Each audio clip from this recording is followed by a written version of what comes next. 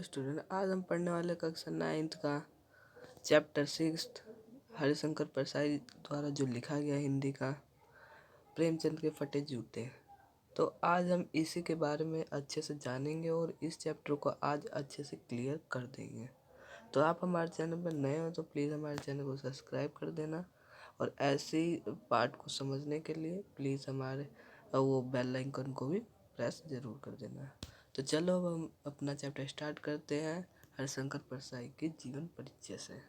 तो हरिशंकर परसाई का जन्म 1922 के मध्य प्रदेश के होशंगाबाद जिले में जमानी गांव में हुआ था। हरिशंकर परसाई का जन्म कब हुआ था? 1922 के मध्य प्रदेश के होशंगाबाद जिले में।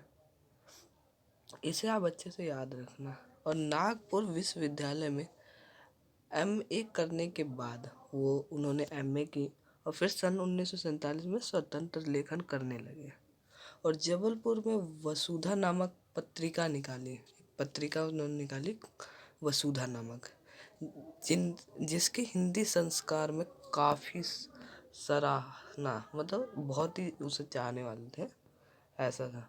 और सन 1995 में उनका निधन हो गया। उनका निधन कब हुआ? तो सन 1995 में। तो हिंदी के व्यंग्य लेखक के नाम अग्रणी है।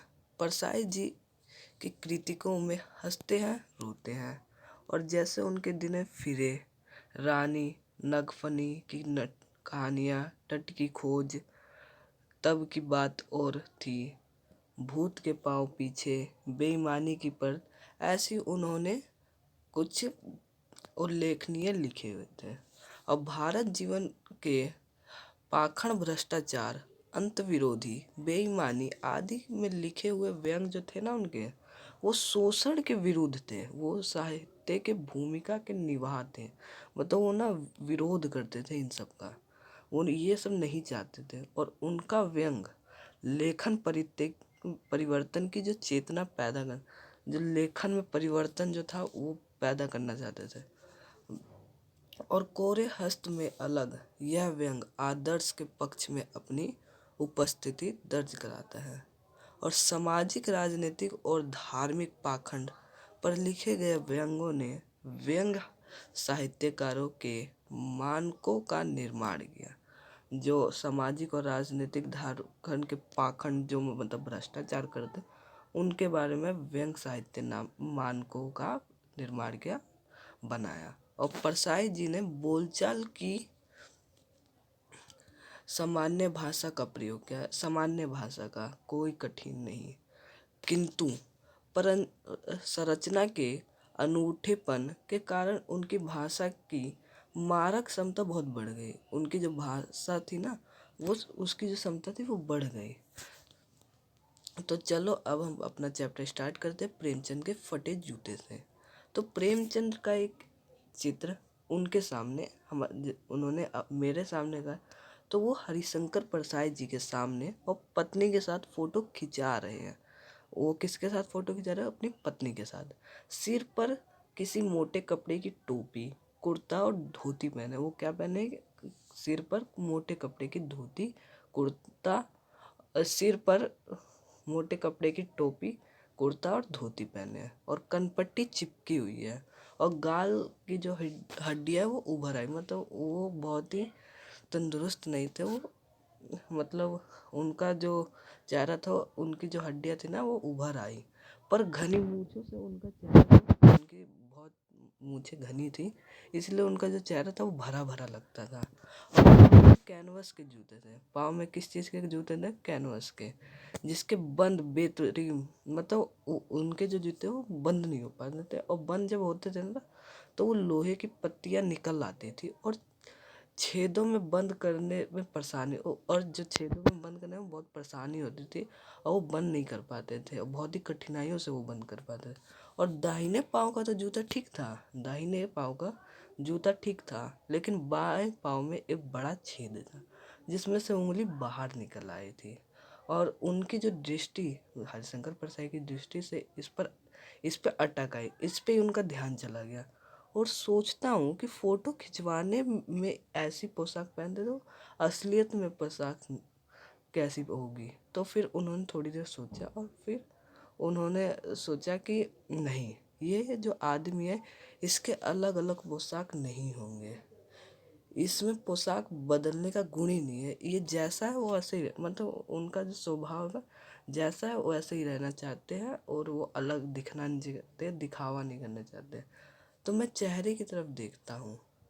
और क्या तुम्हें मालूम है कि मेरे साहित्य पुरखों की जो तुम्हारा जूता फट गया, वो कहना चाहते कि तुम्हें मालूम है प्रेमचंद कि तुम्हारा जूता फट चुका है और उंगली बाहर दिखाई दे रही है।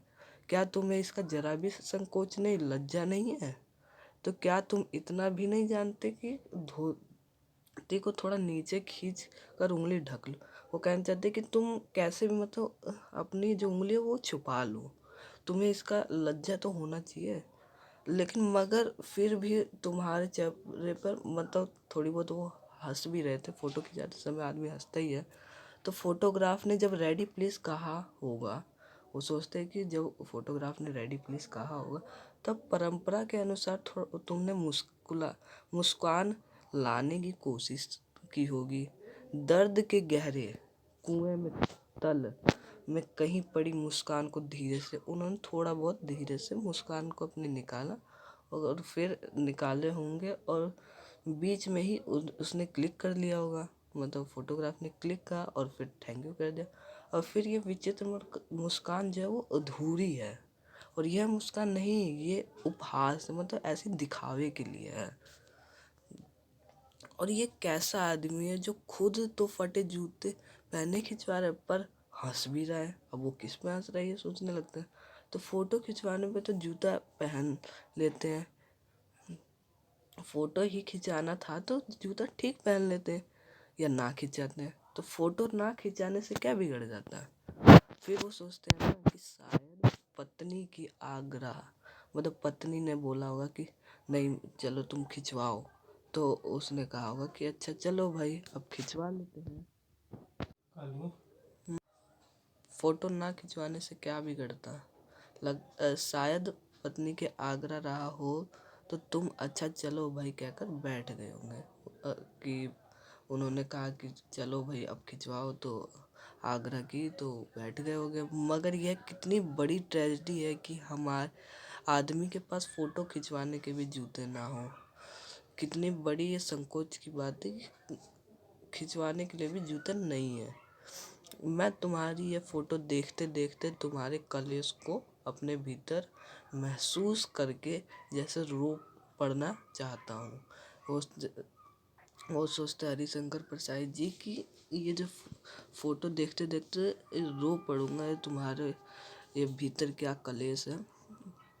मगर तुम्हारी आंखों का ये तीखा दर्द भरा व्यंग मुस्कान एकदम रोक देता है। ये जो तुम्हारी आंखों में व्यंग मुस्कान आ रही है वो मुझे रोक देता है। तीखा दर्द भरा व्यंग मुझे, जो तीखा दर्द है वो रोक देती है। तो तुम फोटो का महत्व नहीं समझते।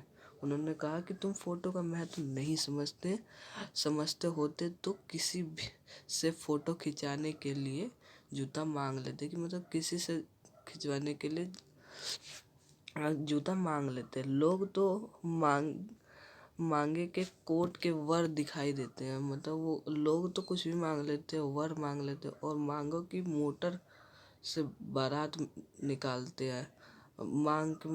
मांग के गाड़ी ले लेते हैं फोटो खिंचवाने के लिए, तो बीवी तक मांग लेते हैं और तुमसे जूता भी नहीं मांगा जा रहा। तुम फोटो का महत्व नहीं समझते। हरिशंकर प्रसाद कह देते हैं कि ये सब तो कुछ भी मांग लेते, तुम एक जूता नहीं मांग सकते। तो लोग तो इत्र चुपड़ फोटो खिंचाते हैं कि फोटो में से खुशबू आए। गंदे से गंदे आदमी भी फोटो में खुशबू देती है।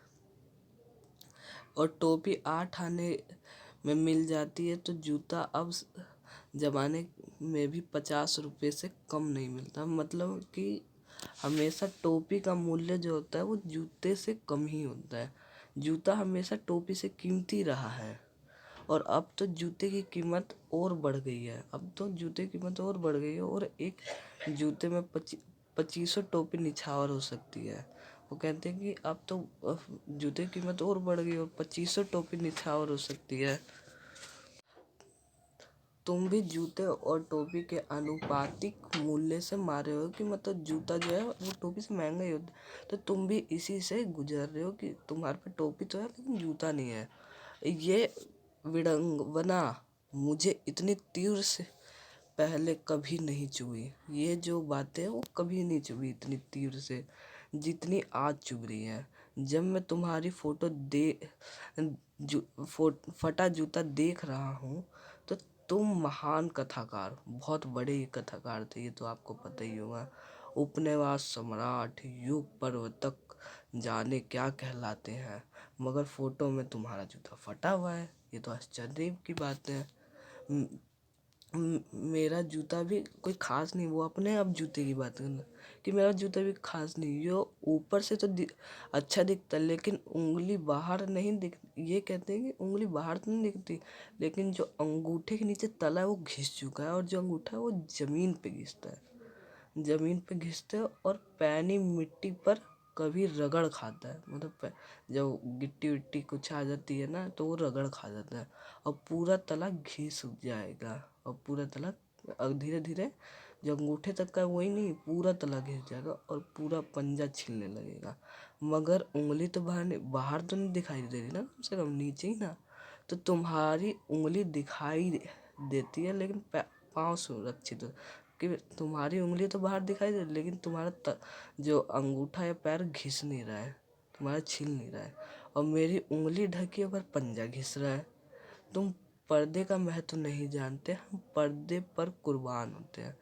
तुम पर्दे का महत्व नहीं जानते, तुम तो बस अपनी सुरक्षा चाहते हो, भले वो फटे जूता गिनो, लेकिन हम तो चाहते भाई कि उंगली ढकी रहे, भले हमारी कुर्बान हो जाए हम। तुम फटा जूता बड़े ठाठ से पहने हो, मैं ऐसे नहीं पहन सकता। फोटो तो जिंदगी भर इस तरह नहीं खिंचवाऊंगा। वो कहते कि मैं तो कभी नहीं खिंचवा रहा ऐसे, चाहे कोई भी आ जाए कुछ भी हो जाए नहीं। तुम्हारी यह व्यंग मुस्कान मेरे हौसले पस्त कर दे कि उनका हौसला बढ़ाती है मुस्कान जो है वो हौसला। क्या इसका कोई सी मुस्कान ये है, क्या होरी का गोदान हो गया है, क्या फूस की रात में नील गाय हुक खेत में चल रही है, क्या सुजान भगत का लड़का मर गया क्योंकि डॉक्टर क्लब छोड़कर नहीं गया। नहीं, मुझे लगता है माधो औरत में कफन के चंदे की शराब पी लियो। मुझे लगता है कि जो माधव औरत है उसके कफन के चंदे जो होते हैं उसकी शराब पी लियो और वही मुस्कान मालूम होती है। मैं तुम्हारा जूता फिर देखता हूँ, वो दोबारा देखते हैं और कैसे फटा होगा फिर उसके बारे में सोचते हैं। क्या बहुत चक्कर काटते हो, क्या बनिए के तगादे से बचाने के लिए मीलों 2 मील चलकर घर लौटते रहो और चक्कर लगाने से जूता तो घिसता है, फटता तो नहीं। कुंभन दास का जूता भी फतेहपुर सिकरी जाने से घिस गया। एक कुंभन दास भी थे, उनका फतेहपुर जाने से घिस गया था और उससे बड़ा पछतावा हुआ और उसने कहा आवत जात पहिये घिस, आने जाने से पहिये घिस जाते, बिसर गयो हरि नाम, बिसर गया हरि नाम। और ऐसे बुलाकर देने वालों के लिए कहा था जिसके देखे दुख उपजत है तिनको करवो पैर सलाम, कि जिसके देखे जो दुख है वो ही सलाम कर सकते हैं। और चलने से जूता घिसता है, फटता नहीं। तुम्हारा जूता कैसे फटा, वो फिर सोचते हैं और फिर वो कहते हैं ना कि तुम्हारा जूता किसी से ठोकर खा के, और कितने तो होते हैं कि साइड से गुजर जाते लेकिन तुम टीले पे पैर मार मार के अपना जूता फाड़ लिए हो और तुम उससे बचकर नहीं चल सकते थे, उससे बगल से नहीं निकल सकते, टीलों से समझौता कर लेते। सभी नदियाँ पहाड़ तोड़कर जाती थोड़ी ना है, वो अपना रास्ता बनाती है कहीं से साइड से, ये समझाने लगते हैं। और तुम समझौता कर नहीं सके, तुम कहते हैं कि तुम समझौता नहीं कर सकते। क्या तुम्हारी भी वही कमजोरी है जो होरी को ले डूबी, वही नैन धर्म वाली कमजोरी है। कहते कि तुम्हारी यही कमजोरी है नैन धर्म वाली। नैन धर्म उसकी भी जंजीर थी और जो हो रही है उसकी भी जंजीर थी नैन, मगर तुम जिस तरह मुस्कुरा रहे हो, वो जिस तरह मुस्कुरा रहे हैं, जो व्यंग मुस्कान है, उससे लगता है कि नैन धर्म तुम्हारा बंधन नहीं था, कि नैन धर्म कोई तुम्हारा बंधन नहीं था, तुम्हारी मुक्ति थी। और तुम्हारा यह पाँव भी उंगली जो है वो संकेत करती है कि जिससे तुम घृणा करते हो उसके हाथ की नहीं पाँव की उंगलियां से इशारा करते हो। और तुम क्या, मैं समझता हूँ तुम्हारी उंगली का इशारा भी समझता हूँ। वो कहते हैं कि मैं समझता हूँ तुम्हारी उंगली का इशारा भी समझता हूँ और व्यंग मुस्कान भी समझता हूँ, और तुम मुझ पर यह हम सभी पर हंस रहे हो। वो कहते हैं कि हम सभी पर तुम हंस रहे हो, और उन पर जो उंगलियां छिपाए और तलवा घिसा चल रहे हो, उन पर जो टीले को बरकरार बाजू से निकल रहे हो, जो वो कहते हैं कि तुम्हारी उंगली छिपी हुई है और तलवा घिसा हुआ है, उनको भी मैं समझता हूँ बराबर, और उन पर जो टीले के बरकाकर बाजू से निकल रहे हो, और तुम कह रहे हो कि मैंने तो ठोकर मार मार के जूता फाड़ा है, उंगली बाहर निकल आई पर पाँव बच रहा, पाँव घिसा नहीं मेरा बचा रहा, मैं चलता रहा, मगर तुम उंगली को ढकने की चिंता में तलुआ का नाश कर लिया। और वो जो हरिशंकर प्रसाद मतलब प्रेमचंद्र की अब बात हो गई कि तुम तो अपनी उंगली दिखाने के चलते तुम्हारा तलुआ ही घिस गया। तुम चलोगे कैसे, अब तुम चलोगे कैसे, मैं समझता हूँ। अब मैं तुम्हारे फटे जूते की बात भी समझता हूँ। वो कहते हैं कि मैं तुम्हारी बात भी समझता हूँ, तुम्हारे फटे जूते की बात समझता हूँ, और उंगली का इशारा भी समझता हूँ, और तुम्हारी व्यंग मुस्कान भी समझता हूँ। तो यहीं पे हमारा चैप्टर अब क्लोज होता है। मैं आशा करता हूँ कि आपको पूरा चैप्टर समझ आ गया था, और आपको समझ आ गया तो हमारे चैनल को प्लीज़ सब्सक्राइब कर दीजिएगा। Bye bye.